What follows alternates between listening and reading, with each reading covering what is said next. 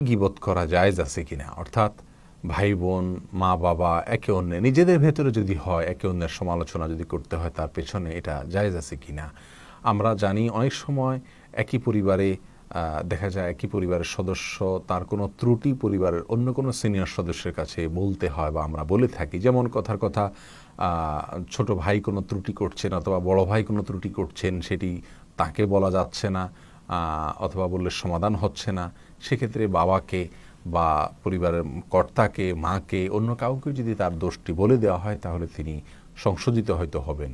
তো এরকম উদ্দেশ্য নিয়ে যদি কেউ সমালোচনা করেন, তার পেছনে তার কোনো গীবত করেন, তার কোনো মন্দ দিক বলেন, তাহলে সেটা ইসলামের দৃষ্টিতে নিন্দনীয় নয়। কারণ কারো সংশোধনের জন্য তার পেছনে গীবত করা জায়েজ আছে।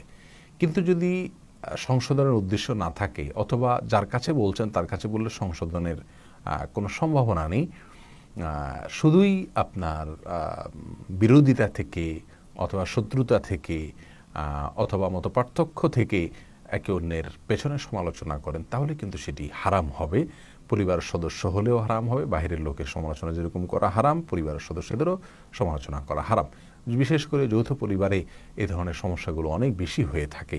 দেখা যাচ্ছে যে ভাবি তিনি ননদের সমালোচনা করছেন অথবা দেবর বা ননদ তারা ভাবির সমালোচনা করছেন, অথবা ভাই ভাইয়ের সমালোচনা করছেন, ভাই বোনের সমালোচনা করছেন, একে অন্যের সমালোচনা করছেন। অনেক সময় বাবা মার ক্ষেত্রে এরকম হয়ে থাকে। এই সব সমালোচনার ক্ষেত্রে মূল বিষয় হলো যে তিনি তার সমালোচনাটার মূল লক্ষ্য কী এবং এই সমালোচনার মাধ্যমে তার সংশোধন আশা করা যেতে পারে কি না। যদি তার সংশোধনের উদ্দেশ্যে সমালোচনা করেন বা তার কোনো মন্দ কথা বলেন, তার পেছনে গীবত করে থাকেন, তাহলে সেটা জায়েজ হবে। যেমন কথার কথা ভাবি কোনো অন্যায় করছেন, সেটা ভাইয়ের কাছে বলা হলো, ষড়যন্ত্রের উদ্দেশ্যে নয়, মিথ্যাও নয়, বাড়াবাড়িও নয়, বরং ভাবির সে অন্যায়টি ভাইয়ের নজরে আনলে ভাই হয়তো ভাবিকে সংশোধন করবেন। সে উদ্দেশ্যে যদি গীবত করা হয় তাহলে সেটা জায়েজ হবে। কিন্তু সম্পূর্ণ দায়িত্ব নিয়ে সে গীবত করতে হবে, যে চুল পরিমাণ অতিরিক্ত বলা হবে না এবং কোনো প্রকার বাড়াবাড়ি থাকবে না, জুলুম হবে না, মিথ্যা থাকবে না।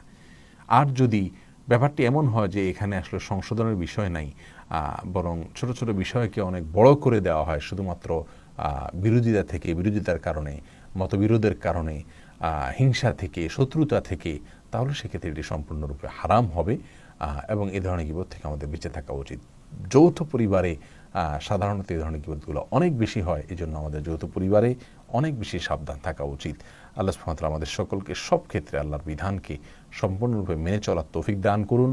একান্ত সংশোধনের আশা আছে, সে আশায় একেবারে নিজ দায়িত্বে ইনসাফের সাথে যদি কেউ গীবত করে থাকেন পরিবারের সদস্যদের একে অন্যের কাছে, তাহলে সেটা জায়েজ আছে শুধুমাত্র সংশোধনের উদ্দেশ্যে। আর যদি সংশোধনের কোনো সম্ভাবনা না থাকে, মানে উদ্দেশ্যহীনভাবে সমালোচনা করতে হয় তাই সমালোচনা করা, বিরোধিতা করি তাই সমালোচনা করি, এরকম যদি হয় তাহলে সেটা হারাম হবে। আল্লাহ তাআলা আমাদের বুঝার তৌফিক দান করুন।